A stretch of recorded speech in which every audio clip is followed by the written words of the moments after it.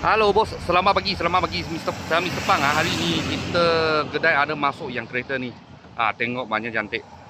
Okey, tahun 2009, Toyota Alphard 3.5cc. 3.5cc. Harga jual 38,800. Kereta ni baru sampai aja. Belum buat apalah. Lepas tu kereta ni boleh loan kredit 4 tahun. 3.5cc V6 engine. Okey, dalam macam ni. Boleh masuk kredit 4 tahun saja.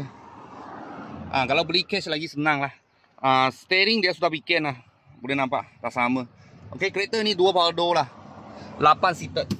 Okey, dalam dia dashboard semua cantik. Biasa selalu crack mah. Tapi ini saya rasa sudah bikin lah. Sudah bikin.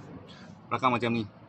Biasa tengah ini seat 2 saja mah. Ini 3, 2. Jadi 8 seater lah. Ada 2 power door. Power boot dah ada lah. Power boot dah ada. Tadi saya sudah cek. 360 kamera ada kereta ni. Tadi saya start kereta, aircon sejuk, engine gearbox tak ada masalah. Dia depan ada kamera mah. Ni. Okey.